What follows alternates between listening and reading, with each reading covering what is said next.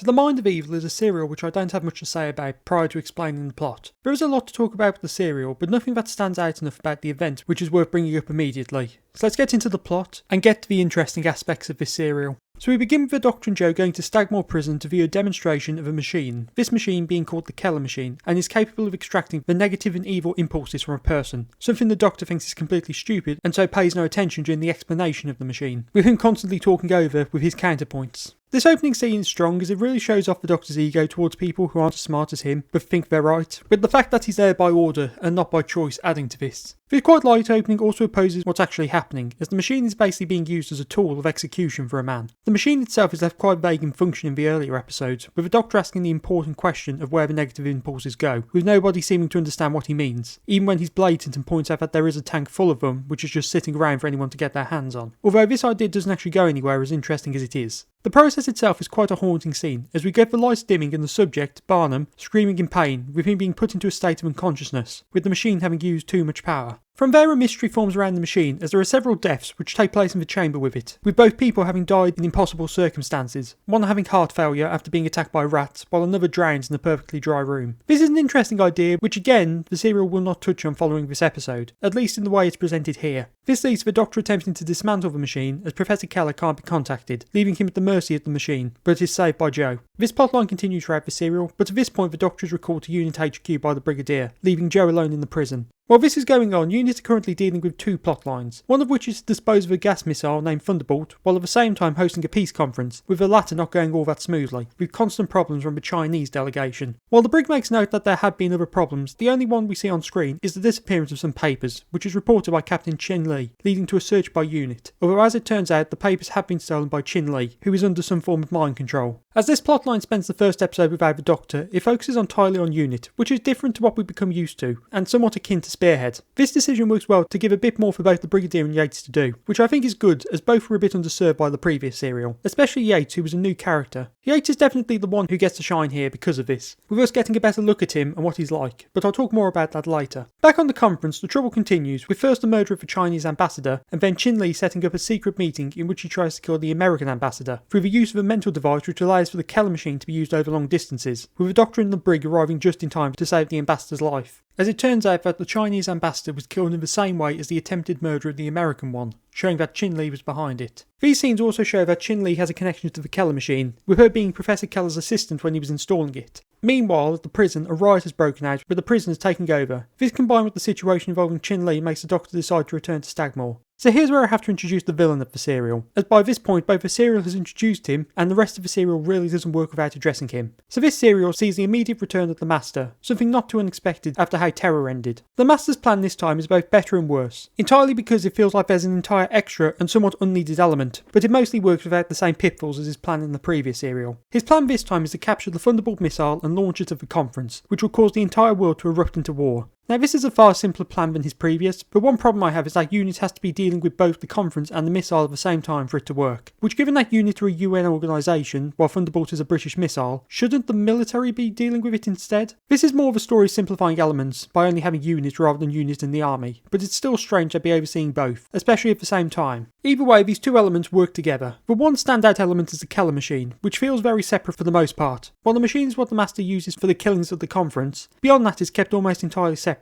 The first prison riot happens because of this, but the second is of the Master's own making. A good chunk of the plot has the machine either kept out of the way or dealt with for the time being. I'll quickly talk about the missile before going full in on the Keller machine. So the missile is a nuclear-powered gas missile. It's a gas missile, nuclear-powered, and British, of course. Of course. Which is to be disposed of by Unit by dumping it in the ocean. Yates is in charge of the transporting of the missile, but the convoy is attacked by the prisoners from Stagmore, who are being commanded by the Master. That's basically all there is to say about the missile, as it's mostly talked about in the first half, and once it's been taken, it just sits around because either the Master is too busy with the Keller machine, or the Doctor has found a way to delay him, which I'll get back to when talking about the resolution. So let's go full in and discuss the Keller machine now. So despite appearances, the Keller machine is not actually a machine, and instead a tank containing an alien life form, which feeds off of other creatures. This is why the machine was able to kill while switched off, as the terminal acts to control it, but this proved to be ineffective. With it being an alien creature, it has a mind of its own, but the Master is trying to control it. The Master is of course behind it, with him being Professor Keller. While the machine is used by the Master to cause disruption of the conference, to me it feels like the machine was more intended to be a distraction for the Doctor, as he would have to deal with it instead of dealing with him. But his plans of course get muddled when the Doctor does get involved with the conference, and later when the Master is called in to deal with the machine by the prison. This is probably when the plot slows the most, with this stretch featuring the Master testing out how long the Doctor can survive the machine and demonstrating its power, before soon having to work together to find a way to stop it. The machine itself is quite interesting, but feels a bit out of place in this six-parter where there are a ton of aspects of play. The one massive problem with the machine is that it has whatever power it needs for the plot. During the time that the Doctor and the Master are trying to stop it, it wanders the prison killing people, and I don't mean the creature leaves the tank, but the machine itself will appear wherever it wants to. This is somewhat a weird thing, and while it does fit the creature being able to create the horrors that it kills people with, this aspect of it is not really explored by the serial, and so I always forget that they are at all connected.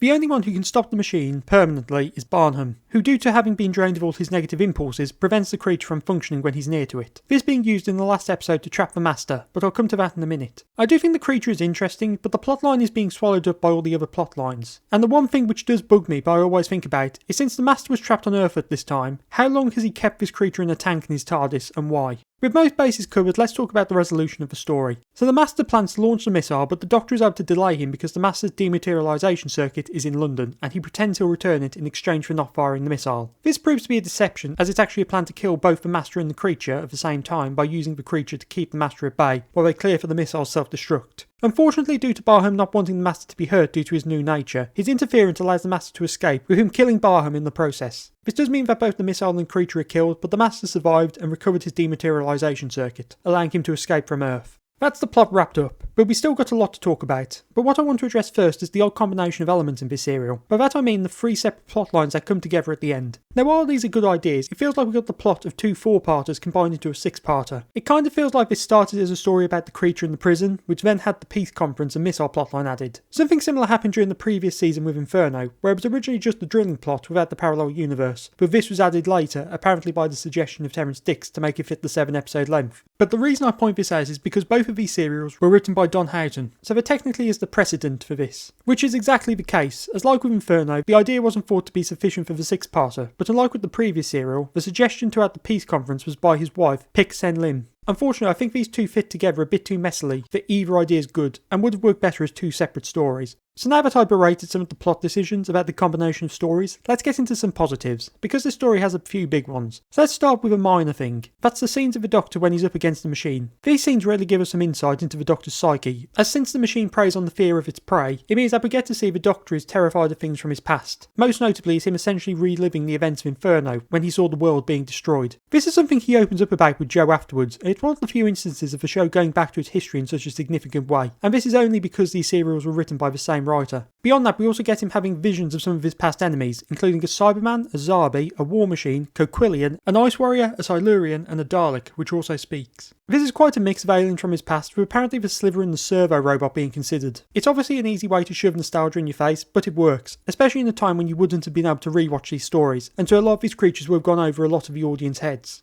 Next is the Doctor and the Master's dynamic, as that is much better than in the previous serial, mostly because they interact a lot more. There are a lot of scenes with the two of them together where they're either talking about the creature in the tank or trying to get the upper hand over one another. The serial also uses the idea of them having to work together better than in Terror, as the Master needs the Doctor to stop the creature as he can no longer control it. While it does use the same element of the Master's plan going wrong because he doesn't anticipate it, I think it works far better here as there is a lot more build up to the creature getting out of the Master's control. Like with the Doctor, we also get to see the Master's fears, and that's the Doctor himself. They have two great confrontations, the first being when they're both in the Warden's office. You'll do nothing, or I'll put a bullet through both your hearts.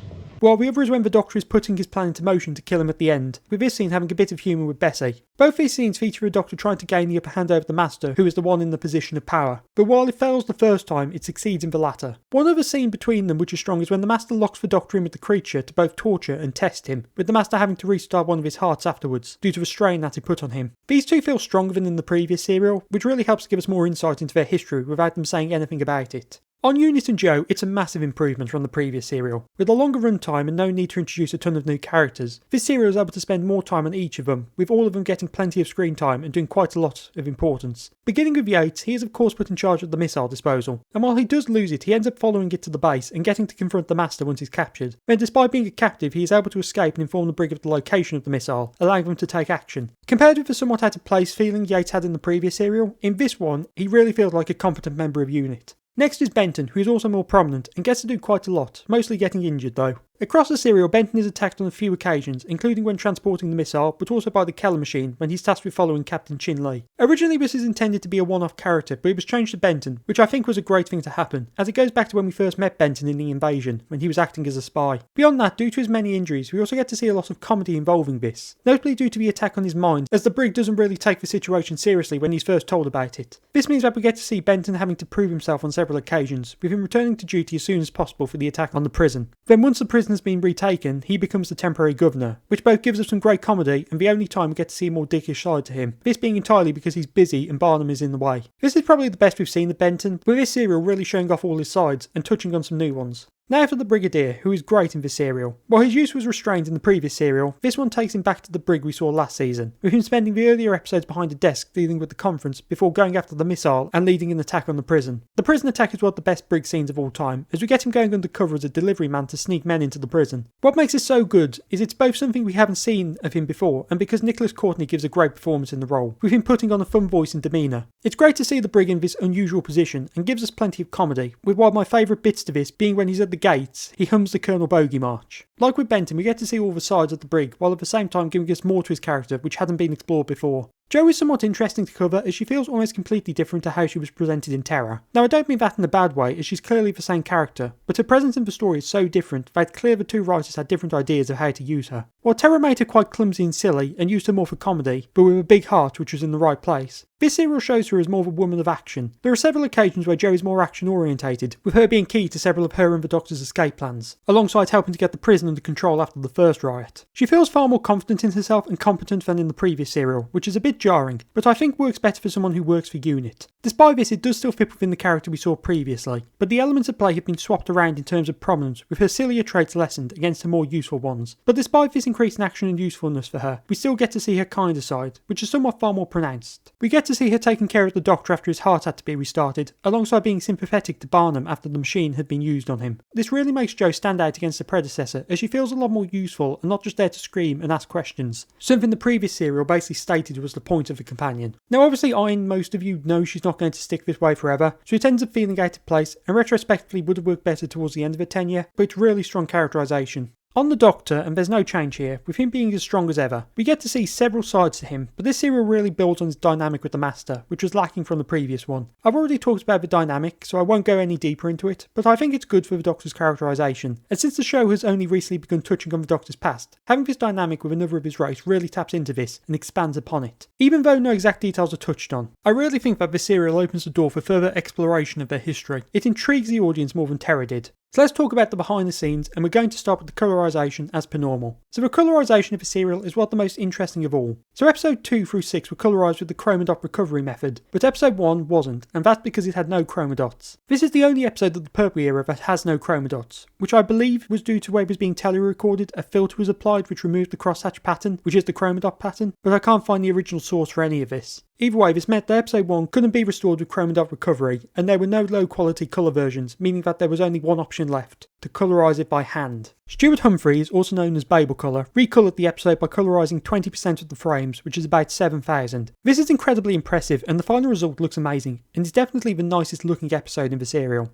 Now we have to talk about the Chinese characters, and this is one of the most interesting aspects of the serial, and the most progressive. So there were only two notable Chinese characters, those being Captain Chin Lee and Fu Peng, who was the Chinese delegate who replaced the previous delegate following his murder. Both of these characters were played by Asian actors, something the show hadn't really done before, with almost all speaking Asian characters being played by white actors in makeup. Now this is already a step forwards for the show, but the serial adds on to that with the treatment of them within the serial, with both being respectable characters, with the serial briefly exploring their culture, notably in terms of language, with a lesser known dialect being used for a conversation between the Doctor and Fu Peng, that being Hokkien. One big thing about this is the Doctor figured out that Fu Peng was Hokkien and chose to speak in that language out of respect for him, something we hadn't seen before. This also gives us quite a self-aware joke about how self-centred both white culture and more importantly the British can be. We are going to see the new Chinese delegate, Mr. Fu Peng. Fu Peng? He must be Hokkien. No, Doctor, he's Chinese. Now come along. I think these decisions were quite brave and it's unique for the show, especially at this time, something that really fits in the Purple Era. Although this all happened due to writer Don Horton having access to all the elements he needed to create this stretch of the plot line. This this in short being his wife, Pik-Sen Lim, who as stated earlier played Captain Chin Lee. She played a big role in making these elements for serial work, with her coaching Pertwee in Hokkien, even though she had to significantly simplify it for him. It's ultimately a small part of the serial, but what it adds to the show as a whole is something hopeful for where it can go. There was also meant to be an African delegate too, but this scene was cut due to some recasting problems with Fu Peng, although Francis Williams, who was meant to play the delegate, was still in the serial as the master chauffeur, a guy who I can't tell if he's being paid well or is under hypnosis. So that's The Mind of Evil, a serial which has some incredible pros and highs, but has some serious plot problems, entirely because neither idea it's playing with is fully explored. As two four-parters, these ideas could have been explored to their fullest, but this is what we got. Its usage of Joe and the members of UNIT is great, and is some of the strongest writing for all of them. Plus the exploration of the Doctor's fears is very unique and interesting for the show, and bringing back up the events of Inferno really adds to the credibility of it. The serial's strength is its characters, and what it does with them, and it's really strong there. But with the Master having escaped from Earth, UNIT and Washington are beginning the hunt for him. But as this occurs, a ship arrives on Earth carrying a group of beings who offer peace to humanity and a gift, but is all as it seems. Next time, the Claws of Axos.